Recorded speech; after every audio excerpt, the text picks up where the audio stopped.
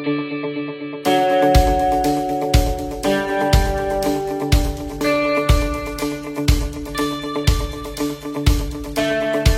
to the conversation with myself, Paul C. The idea of today's conversation is really, for me, you're one of sporting's absolute legends and icons. I know you've probably heard it all over the years, but you are, for me, one of the sport's greatest talent that transcends outside just rugby. Yeah, mate, thanks. Look, my background is my dad's Italian. Came out to Australia back in the 50s when they needed tradespeople. He was a French polisher by trade. Comes from a little town called Montecchio Precicino, which is just outside Venice or Vicenza. And my mum was born in Australia. Her heritage was Irish, a Murphy. Can you believe that? And so when Dad came out, he met Mum, and Mum lived in the same street where my dad was, and they got married. 4 children, 4 later, and it was just a typical grown-up town of playing sport in the streets back in those days. You know, you roam the streets, you'd go out after school, you wouldn't come home until about 6:30. Dinner's on the table, in bed by 7:30, and off you go to school the next day. So I think that really helped me a lot, because what happened was there was never any pressure. You know, I played rugby league most of my life. From 8 to 16, I played league. I won the golf championship at 15, played Aussie rules for a couple of years, and then played a bit of rugby in between. And then one day, I think it was 1970, end of 78, we lost the rugby league grand final. So I got blamed for losing. So I just said, I can't handle this. So the next year, 79, I went over to the local Queanbeyan Whites rugby club. And after the game, the 4th grade game, I said to the coach, are you guys looking for a fullback? And they said, yes. And I started. But looking back, I was very fortunate, because there was never any pressure from my parents. Yeah. You know, because my dad had no idea about sport. He had his grapes, his garden. You know, that was his life, and he loved doing that. And my mum obviously looking after the 3 other kids. So it was really just go and play sport, come home. How'd you go? Oh, we did well. Okay, good. Don't have a shower. Dinner's on the table. So, and then you just come, you just go and play. You know, I think I wasn't really that encouraged in schoolwork. Probably wasn't the greatest. But I was very, very fortunate. I was always a hard trainer. I trained very hard. And, you know, during lunchtimes at work and all that as well. So people don't see that. They only just see the performance on the field. Yeah. And I was very fortunate to play, as I said, in 79, 4th grade. And I played with a lot of, like, 38-year-olds, 40-year-olds. Like, I was 17. I had no idea what I was doing. But I've always stated that was the best year of my rugby life, because I just had a ball, because I had all these old guys tell me what to do. Next time, try this, do that. So I was learning as I was going along. Yeah. And, 3 years later, I went and played for the Wallabies. So I was very, very fortunate. Now, you got to be lucky, and sometimes you got to be in the right place at the right time. And you were somebody that just had that sort of magic, sort of wild class, almost like gold dust. You took to the field. You were so unpredictable. You just had it. I know people go, well, what's it? It's like sometimes you can just tell. You can see people in certain sports, and even in business, you go, look, they've just got it. In the most pressurized moments, they see things more clearly than what other people see them, and they react completely different because of their sort of makeup. And do you feel like your upbringing, the very fact there wasn't pressure on you, you come from obviously an Italian-Irish background, is that, you know, you've got a bit of flair in your sort of DNA, if that makes sense, and that creativity part of you. And Yeah, I can't say too much about the Irish part of me, mate. The Irish would probably say I should be Irish, play for Ireland. Look, I just think it was my mother's brothers played fairly good at sport. My mum was a good sports lady. I think it was just about it was playing as many sports as possible, getting different skills from different sports, and then really just trying to understand the game. As in 79, played 4th grade, 81st grade, Australian 21s in 81, 82, the Wallabies. And I remember going to the Wallabies and I sat on the end of the back line going, I better shut up here and just watch, you know. And I was still very raw, and I needed a bit of guidance. And when I got the Wallabies, like I was 19, I had guys who were 26, 27, you know, and you just learn. You got to learn, watch, and ask questions, you know. And I've never been scared to ask. But on the other hand, I used to train hard. I used to look every training session, do something different. Kick right foot, kick left foot, and it was just really one of those things I just enjoyed doing. You know, I think most of the sport, like Tiger Woods, he obviously enjoyed what he did. He wouldn't have been so good if he hated the sport. You know, you've got to be very, very passionate. I remember watching that Michael Jordan video documentary, I think, on Netflix. Yeah. And he was exactly like me. I looked at him and he said he was exactly how I thought, you know, and he just wanted to be the best. You know, you couldn't around nowadays go and say, I want to be the best. There's a lot of words I can say, but I won't say it. People look at you like, mate, you're crazy. But you still got to believe. You still got to dream. Yeah. So off I went, and then obviously 84, you know, we had the Grand Slam. I went from there straight to Italy for 6 months for 10 years. So I kept on playing and playing. Then I played number 10. So I've gone from a winger fullback who was a finisher now to the position of a creator. So now I could understand the game from a creator's point of view. Mm-hmm. So the knowledge of the game was very quick, came to me after a while. And it just made it so easy. But the skills, the hard work never stops. You know, I never took anything for granted. I kept on training. Even when I was dropped in 96, you know, I said to myself in Cape Town when the coach said, we're going to rotate you out of the team. So I said, you're dropping me. No, we're going to rotate. So you're dropping me. So I said, I can go training and say, I don't really give a stuff anymore. Yeah. Or prove to the young guys it doesn't matter. So I went out and trained first. And I just ran everything first just to prove, guys, doesn't matter if you get dropped, you know, you've still got to be very determined. And what you got to do is you got to keep on believing that you can be a part of something. But like you say, it's the things people don't see, isn't it? People see everything in your pitch, the glamorous moments, and they touch upon the down moments, and then it goes out off the back page and the headlines, and nobody really cares. Do that? Let's be honest. Yeah. You know, they're like, oh yeah, shame about that, or that was controversial, and then they never really see anybody's road back. Unless you're self-documenting, documenting your road back to wherever you get to, nobody's ever going to see how hard that journey is and the real sort of inner makings of you as a person. So we all talk about adversity, but we never really truly see the struggle. We just see the end goal of them getting back, don't we? It's a bit like, I'm thinking like Woods breaking his leg and car crashes and everything else. We suddenly see him come back and win a Masters, but we didn't see the real true struggle that he went through for years to get back to try and win a major. You see the end result. It's a bit like a chef in the kitchen, isn't it? We see the fact of the flash meal come out and it's, wow, that's wonderful. But you don't really see what goes into what made that. Who would have been your inspiration? Who would have been like your person? Okay, that person is the person I learned the most from. I know you learned from a lot of different people, but would there be one or two people within that team? And would there be people in other sports in Australia and worldwide at that time that you looked at? Well, I mean, it was a combination of many things. I used to play cricket as well. And in the 70s, you had Dennis Lillee, Thompson, Rodney Marsh, you had Dougie Walters, and I used to love watching the cricket as well. In those days, you sit there at 11 o'clock in the morning and you go to lunch, you go out and play, come back. Afternoon tea, go out, come back, it's all stumps, then go out and play again.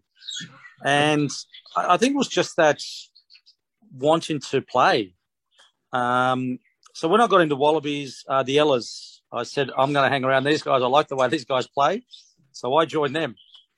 And I just loved the attitude, and I think a big part of that is because we were amateurs, so it was all fun. We actually enjoyed what we did. You're not getting paid to play a game, and I think now in rugby, I think you can see the difference from a lot of guys, it's a job. It's 24/7 now, and they just, after a game, you get belted like we saw the All Blacks in the weekend. The Wallabies are smiling on the field. In our day, we were being really annoyed that we lost. It's just an attitude thing. So there was Roger Gould. There was a lot of older guys again, and I was very fortunate to have Bob Dwyer as a coach. Where I come from in Queanbeyan, there was Cole Maxwell. There was a lot of Bob Hitchcock was the ACT. There's little coaches. Then I went to, obviously, Italy. A friend of mine called Vittorio Minardi, who was a guy who thought about putting me at number 10. I thought he was bonkers. But it actually all helps. It's just the puzzle. You keep on putting a little bit of puzzle at the time. And, then British Lions 89, did that pass. We lost. I was actually crucified. And you sit there and go, I've had enough of this. I can't handle this anymore.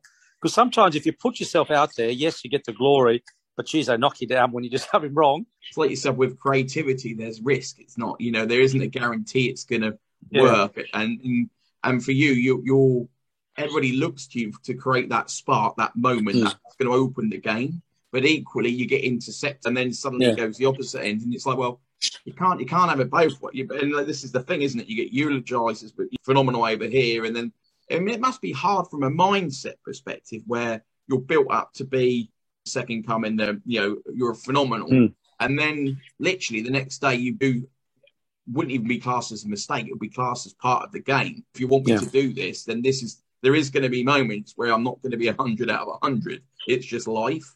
And you do it. Like, somebody reads the pass, which is part credit to them for doing it. It's not always a mistake your end. Sometimes it's great work by them for reading the game. And that's the nuances, isn't it? Nobody covers, that was great by them, especially when you're a star like yourself. It's, the star made a mistake. Yeah, no. Look, I think also, in Australia, we've got this problem with the tall poppy syndrome out here. Where you get successful, they love you, then they say, okay, we've got to knock this guy down. He's had enough now. And, it was like the British Lions, I remember I drove home that night, got pulled over by the cops for speeding. Then a call from St Helens Rugby League. They wanted me to go and play rugby league. Wow. And I just said, look, I've had enough. No, I won't do that. And the next day I rang the Australian coach, Bob Dwyer, because the week after we had an Anzac game versus the Lions, Australia, New Zealand. And I said to this national coach, I said, mate, listen, don't pick me. I said, I don't think I'm worth the play. And then 5 minutes later, I said, geez, I just told the national coach what to do. So I rang him up and said, mate, if you want to pick me, pick me. So he picked me. I did exactly the same pass the week after, and it worked. And then, the thing is, in life, no one's perfect. Everyone makes mistakes.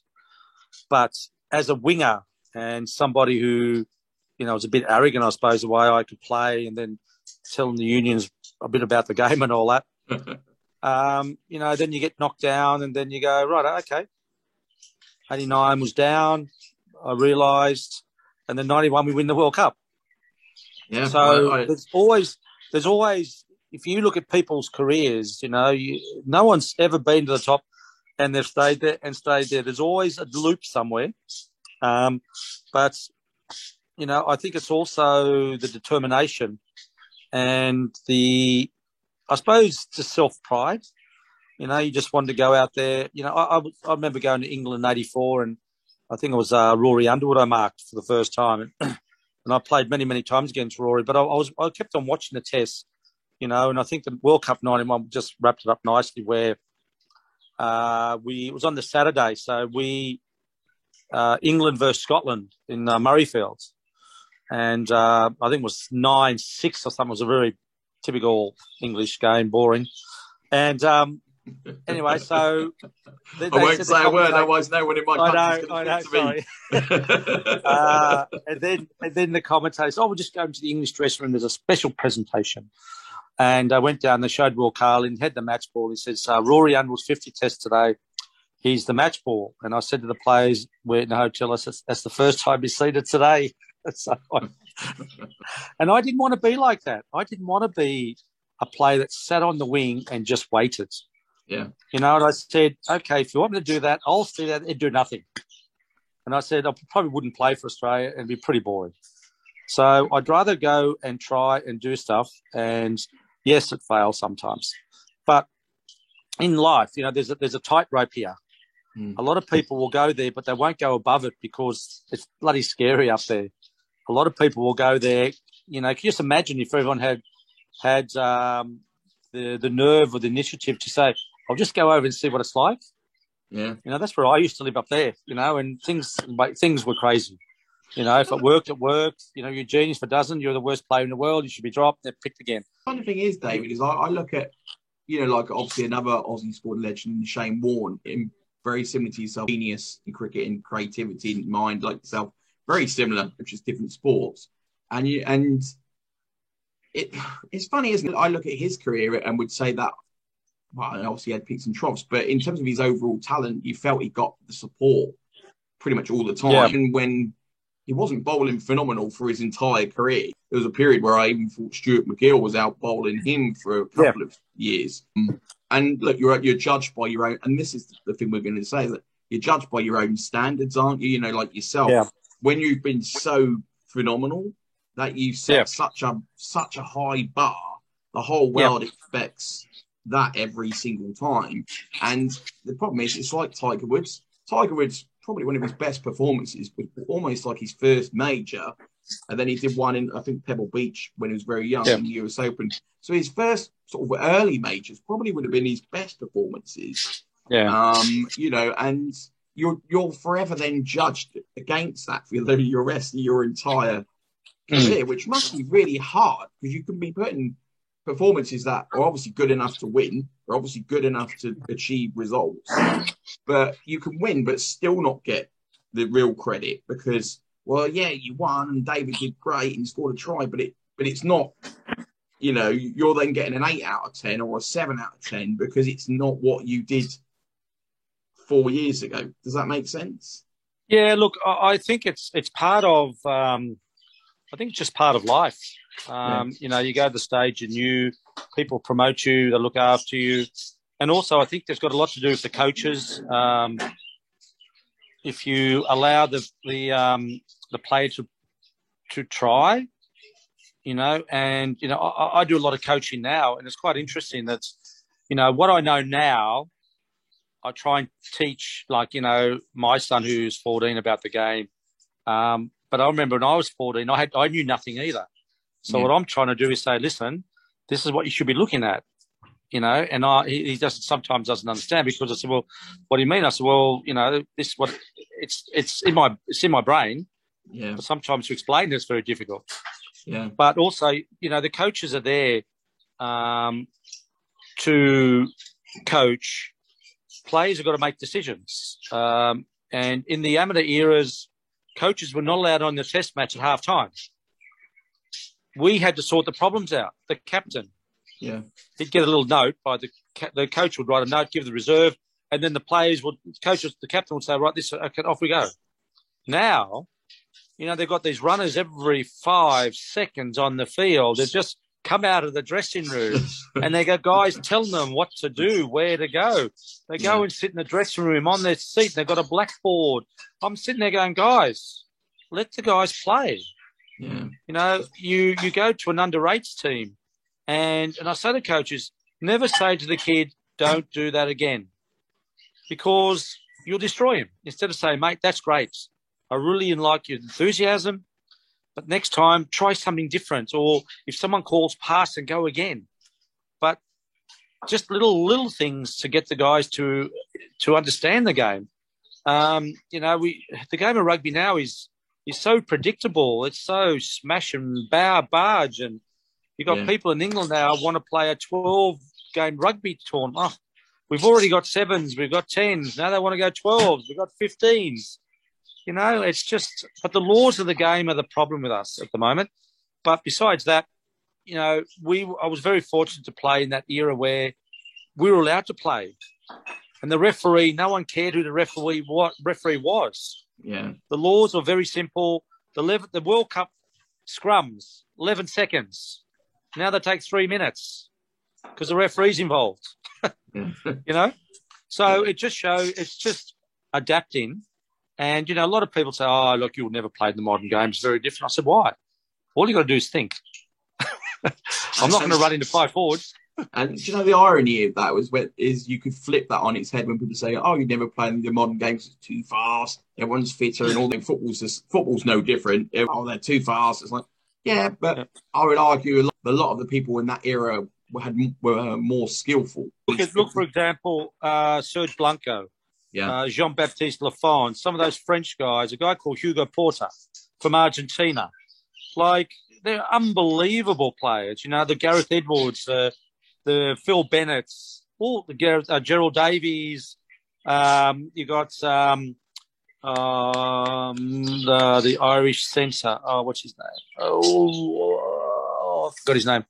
All these guys, when Bill McLaren was around, all these guys were muscle bound. They were just skillful. Yeah. You know, and I think the skill's gone out of it because they just want big guys. You know, coaches like Eddie Jones just want monsters. They don't want skilled players. They just want to control players. And I think that's really bad for the game. It's bad, for a spectacle from an audience perspective. Yeah. And like you say, it goes full circle. If you lose your audience, then you lose. Eventually, you end up losing the youngsters that want to get into the game because they are they start as the audience first.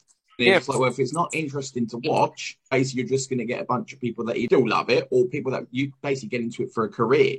It's like, well, getting into something for a career is wonderful, but it's like saying, well, I'm getting into it basically just to get the salary. It's like, well, if you're just getting into it purely for the career and the money, then you're not going to produce the same results as somebody that does it because they love it and they get the rewards for doing it. You know, I always say to people, so look, I do my job. You know, it's not a job for me. If you ever hear me moan about it, shoot me. You know, it's my choice. I love doing it. You know, if I didn't want to do it, I wouldn't do it. You know. I agree with that because at the moment in Australia, we're having a big problem out here with young players playing the game because what's happened is for some reason in Australia, there's been no knowledge put back into these young guys. You know, once we retire, it's like, thanks very much, mate. See you later. We don't want to see you again. So, crazy. You know, I keep on, like, Alec Ferguson as a coach, you know, he managed players. Yeah. Now we've got coaches. We've got Dave Rennie as a Kiwi. He's got no idea about Australian culture, the way we play.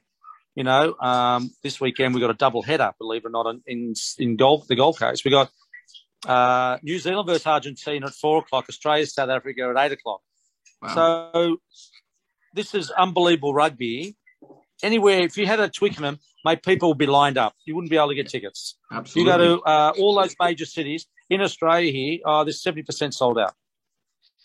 You know, my wife and myself, because my wife Lara is South African, so we took a photo this morning. We rang around and she got a South African jersey. And I said to the journalist, I said, mate, can you try and get a Wallaby jersey? I went there. He had a flag. And I said, what happened? He said, I rang around every shop. There's not one Wallaby jersey around. This is Australia. Wow. You know, and the thing is that we're starting to lose because we're unique. We've got rugby league, Aussie rules, football, and rugby and crickets. So we've got 4 major football codes, most of them on free to wear. So unless you entertain people, and that's why I think we were so successful, because we used to entertain and kids wanted to be a Wallaby. Now we've just been flogged 3 weeks in a row by the All Blacks and nobody wants to go. My son's 14. Half his team don't even watch the game, which is very, very sad. So you can see we're up against this, you know. It is when you think that when kids are playing it, you'd think they're playing it because they're watching it. That used to be my general rule of thumb. I'd put it in a sport analogy. I want to be like John Barnes down the wing, you know, the skills. Oh, Barnesy, yeah. Yeah, you know. I played against Barnesy. No way. Oh, that's amazing. Because obviously, you know, and I remember, you know, obviously, you're Australian, so I remember Craig Johnston, really well sort of growing up and that era of Ronnie Whelan and the whole sort of that sort of team. And well, you know, Craig Johnston, he's from Newcastle, Australia. Yeah. I saw him. I saw him a couple of weeks ago. Part of it is down to the fact that whether it's just the professionalism, of the game, and it has obviously changed the game completely from where it was before. But I love, speed and everything's great, but I want the flicks and the tricks. If you asked anybody, they'd still stand the test of time, probably in their top 5 or 10. Guys like yourself, and you obviously Michael Liners, and your George Gregans, and your John Ells, and all those types of people. And it's like, look, I'm not from Australia, me over here in England. And it's like, well, look, that spans like 20 odd years with Stephen Larkham's and people like that. And it's like, well, I don't think I'm that much different to a lot of people. I think most people would have the same sort of people. And the common denominator is the creativity or their sort of passion or their determination. One of the things that sort of comes through, and it really captivates you as an audience, doesn't it? And I think that's where it does. If you coach people, if you coach talent out of people, you can coach them to be metronomic, and you can coach them to be really efficient. But you can also coach the natural talent out of them. It's like, look, if you want a team that's really efficient, that'll take you to the semis. If you want a team that's going to go and win the lot, you usually have to have some form of X factor that's going to take you. It's not. I think it's the same as everything in life. In business, you can do ABC straight line and get you to a certain level.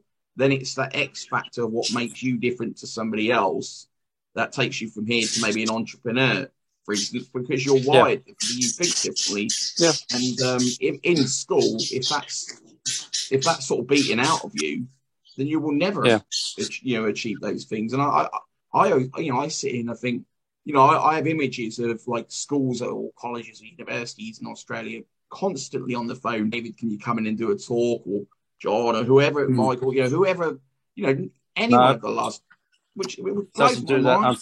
No, unfortunately, mate, it's we've gone through a period of, we were the first country in the world to win 2 World Cups, 91, 99. And this year, obviously, it's 30 years since we won the World Cup 91. And then we haven't won since. New Zealand won the first one in 87. They didn't win until 2011. Yeah. So now they've won, 3, 4, So what's happened for, again, the professional era, we didn't really adapt properly. One day we were amateur, the next day we were professional, And I got a book written about me back in 91. And I said, if we go professional, the game will be destroyed. And then 96, I said exactly when I retired in 96, 2003, the World Cup, still entertained, I wrote about the game. And I said, professionalism hasn't been very good because all the old farts, as Will Carling said, are still there. They still run the place, but it's professional. So how does that work? And the other thing, it's just sad that I still love the game. My wife said, "Why do you care?" And I said, "Well, I just care." Yeah. And I go after every training session. I do a lot of coaching now, and after training sessions, I ask the kids, "What's your name, Johnny? What position? I'm number 9. Who's your favourite player?" I haven't got one, and I'm saying, how, they just got no idea who the players are. That's sad, isn't it? And this is a national game. Yeah. And, as I said, you watch the game now, we got major problems in the not the commitments. There's always commitment there, but the skill factor. And that's knowledge. The knowledge Absolutely. is very, very important in life. But if you don't want knowledge to be involved, you ain't going to go anywhere because these players don't know what their role is. They don't understand what their role is off the ball. You just don't run out there and think you're going to score a try. You've got to understand what to do in certain positions.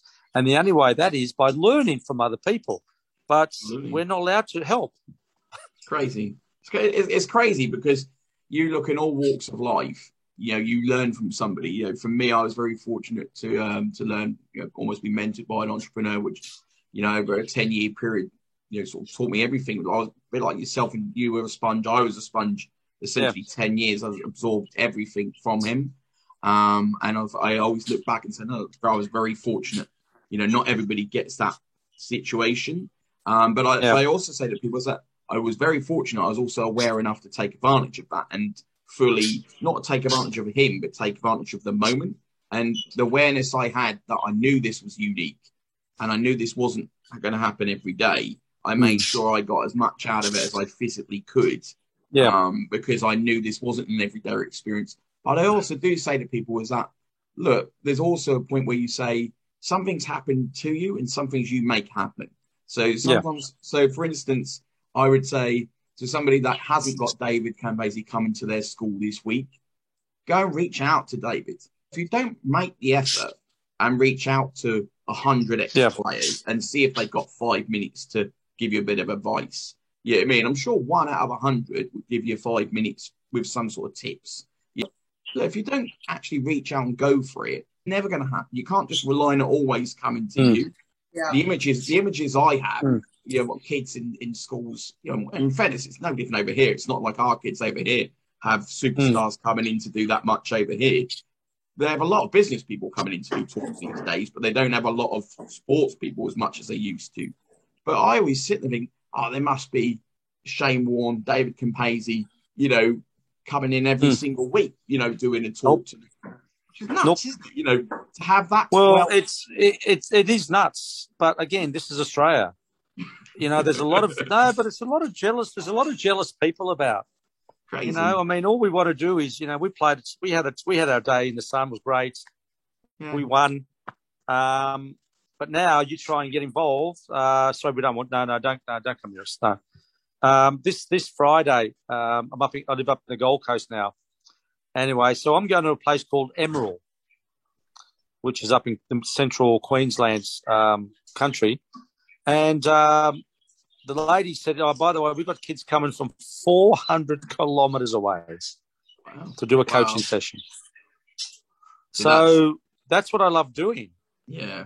So what our problem is that these people are so narrow-minded that all they think about is the top up here.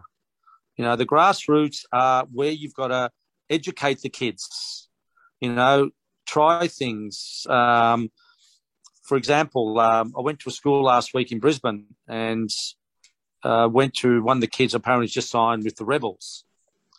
And after training, I said to the guys, what position? I said to him, what position you 10? Who's your favourite players? He said Johnny Saxton and Maiwunga, which is good.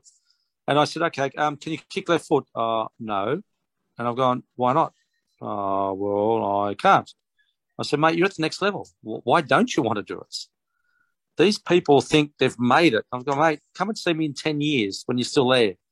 They just think they're there now. I said, why can't you go that extra mile? Why can't you just do something to be exceptional, the next superstar? They're just quite happy to make it. I'm there now. I'm sitting there going, where's the drive, the things that we had? We wanted to do well. We wanted to be the best.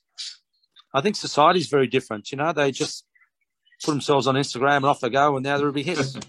I think that's the difference between, like we've said, people doing it for a career and then people doing it to be the best that they can be. And if you're trying to be whatever you're trying to do in life, if you're just trying to be the best that you can be, then inadvertently it will transcend into whatever your career is going to be anyway. And that's where people get lost. And whenever I say that, my wife laughs. Whenever I say things like that, she's like, "Oh God, you sound like a motivational speaker type thing." I was like, one, I can't help it. I'm in marketing for a living. Yeah. I said, two, look, it's mindset. And whenever I mention mindset now, because it's so much of a buzzword, because of the last sort of 5-10 years, it has become that.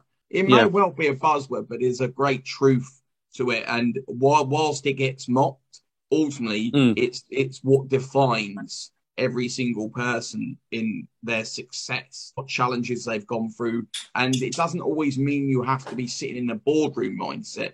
It could be you growing up, your mindset. It could be your own determination and vision and focus of what you want. Yeah, I think sometimes also there's sorry, I've got the budgies talking too much. Sometimes also there's a moment in your career that changes. Yeah. There's a moment something doesn't go right, and then you're down the dumps. And I think that happened to me in '88 when we lost the Bledisloe Cup up in Queensland, and the next day, sorry, Jason, just tell them that they want to add their 2 bobs worth. And what happened was my mum sent me this poem, and I used to read that poem. And it was called a lady called Nancy Sims from America, and it was about winners take chances like everyone else. They fear failing, but they refuse to let fear control them. So when the tough got going, that you actually had to get tough. And I used to read that every game, club game, test game, state game, and it just resonated with me about just go and have fun. And then you go to another team and a professional team in Melbourne where I've retired. And I said, I was one of the Aussie rule teams in Melbourne. And then I said to them, look, I've got a poem there. I got something out of it. They all left and no one took it with them. Everyone's different.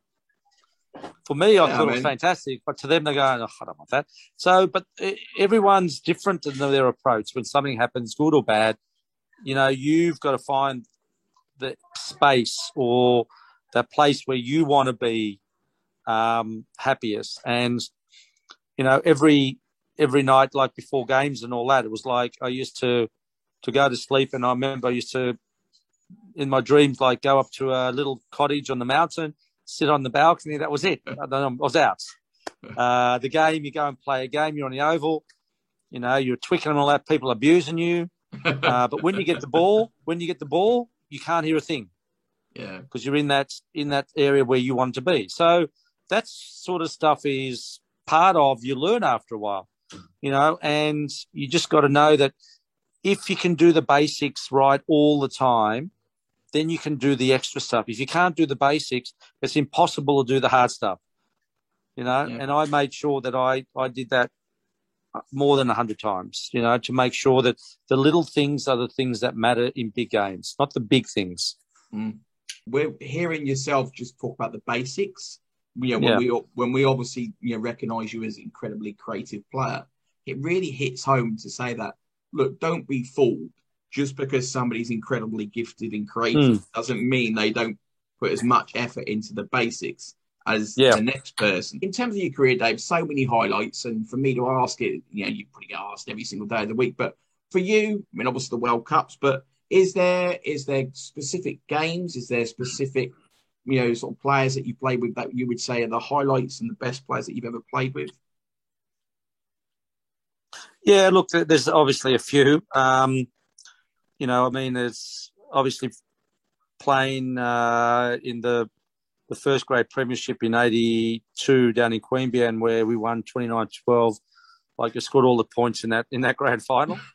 Then in '83 I played for Australia at the Sydney Cricket Grounds and did the goose step for the first time. Playing with the Ellers, got to beat the All Blacks many times. Grand Slam '84, setting up that try in the Barbarians game, being the first team in Australian history that beat the 4 home unions and the Barbarians. There's every game's different, but every game was an opportunity to play for your country, and playing against some of the best players in the world. Playing, as I said, at the Sydney Cricket Ground, where you had Don Bradman's play there. You had all the Australian sports. The dressing rooms we used to change in were the same dressing rooms those guys came out of. So as a kid, watching all the Australian superstars, so then you're there, you're playing, you're in the same dressing rooms. So you can go on all night. I suppose the opportunity to play for Australia was probably the biggest. Being so young, not going through the private schoolboy system, and just sort of learning. My education was rugby, with the Ellers. Then you had the coaches. You had Bob Dwyer, Alan Jones. You had, all my coaches all my life were fantastic. I learned something from them all. And I think just got the opportunity to play the great game. There was some fantastic ups and downs, but that's part of everyone's life. And you just got to, just get out there and obviously playing sevens as well. We played a lot of sevens in the day, and we went to we lost the 93 first Rugby World Cup sevens to England at Murrayfield, and then go to the Commonwealth Games in 98 and win a bronze medal. So there's always ups and downs, but as long as you try, you've got to try. You can't sort of come off and say, geez, why didn't I do that? I used to come off and not say that. Maybe I said, well, maybe I could have tried something different or kept on going and do other things. But that's where, as a team player as well, people forgot to mention, I was a winger. I was the last man to get the ball, but I used to come off the wing a lot, give options to Michael. And I used to just float around and used to understand the game. And the more passionate you are, the more understanding, the more things you want to try. You do stand out and you become a lot more confident. And more confident, then the more things you try. And sometimes the more mistakes you make as well. But that's part of trying. Absolutely. And so the game that obviously a lot of people think of, Australia's the first World Cup against Ireland. What a game that, unbelievable game, wasn't it? I mean, I always think it was in Ireland, wasn't it? From what I remember, is that correct? Yeah. It was in Lansdowne Road. And I always remember even today, Ireland in Ireland is an incredibly tough fixture for anybody. Even now, no matter what stage they're in their sort of cycle, playing at home. Yeah, I feel like like France. I think rugby, and you tell me if I'm wrong, rugby more than any other sport, I think, when teams are at home compared to their away form, they're completely different. It's like night and day. And I always say to people, I don't really look at how good they are at home. I look at how good they are away from home because everybody's great at home. Yeah. Yeah. And I think rugby more than any other sport I've looked at over the years tends to be that sport. I've seen France be phenomenal at home and England's great at Twickenham and, yourself at home and New Zealand at home in South Africa. It's like, yeah, but how great are they when they travel? Really defines, like you say, when you came over, it's like that really defines how great you are when you play in that hostile atmosphere. Yep. But that's the true testimony of greatness, is performing that in the biggest moments, in the toughest moments, in the toughest environments, and you obviously did that. What's your sort of fond memories of that? The first World Cup for yourself. Well, the first World Cup was '87 in Australia, and the IRB didn't really want a World Cup, and it was because Australia and New Zealand, and they shared the World Cup, and it was very, very difficult for us because it was the first time ever that we actually toured Australia. So we were here for 6 weeks, because normally you play a test match. In those days, you get together on a Wednesday, a couple of training sessions, play Saturday, have a function Saturday night, go home, play club rugby next day. All of a sudden, we got 6 weeks in hotels, and it was very, very boring. You can go, great to go to England. You go to, you go to all the towns, the history, Shakespeare's house. You go to the theatre. You might go to Rome, the Colosseum. But in Australia, you go, okay, this is we live here. So that was probably the worst thing for us. And then obviously 91. I've always enjoyed touring Europe because there was never any pressure from the journalists. There was no expectations. You just went over there and you felt at home and you felt appreciated by the way that you played the game. Yeah. And it was amazing. In Ireland for 2 weeks, and the Irish sort of supported Australia after we beat Ireland. But we played Ireland first time in '84 in the Grand Slam, and I think it was 16-9 we won, and it was bloody difficult. Every time we played Ireland, they were one of those teams that never really let you get that far ahead. Yeah, tough. And what I realised was when I went to Italy, when I played there, and the Italians are probably like the French. Anyway, we'd play away, we'd play at home, and we'd probably win by 70 points. We go away in the second round to them, we might just win by 1 point. And I said, guys, the oval is the same. You got 2 goalposts, 2 sidelines. But they say, but our family and friends are not here. They know the referee doesn't like us and the crowd boo us and all that. And I said, so? but that was the mental side of sports. And I said, guys, just go and play, let's have fun. But they didn't. It was very, very frustrating. Yeah. But that was just their mentality. And it's about the British Lions who have just been to South Africa. I'm sure if there was the crowds, the Lions probably would have did a bit better because they would have had, out of 70,000, would have had 50,000 supporters. Yeah. But now there was no supporters. There was just like two teams playing. You know what I mean? Like a training session. The crowd, exactly. The crowd offers a lot, especially at Twickenham when England are playing.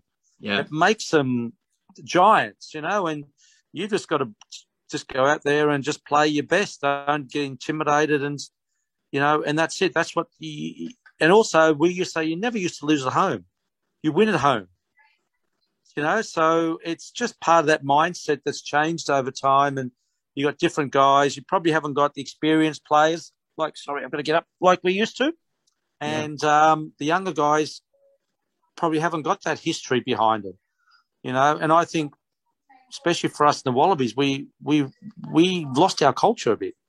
Yeah. We've lost where we've come from because, no one seems to understand who we are or where we're coming from.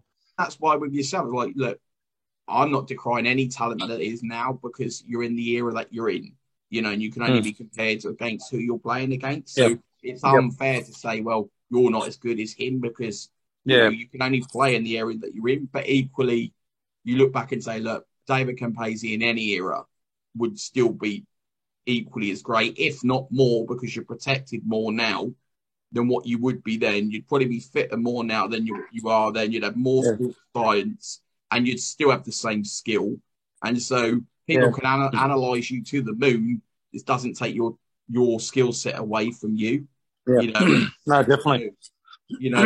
Some things I would take the great people on any sport and move them into any era, and they'd still be. Yeah. They'd be great, if not greater, because of the media, and everybody would know more about them.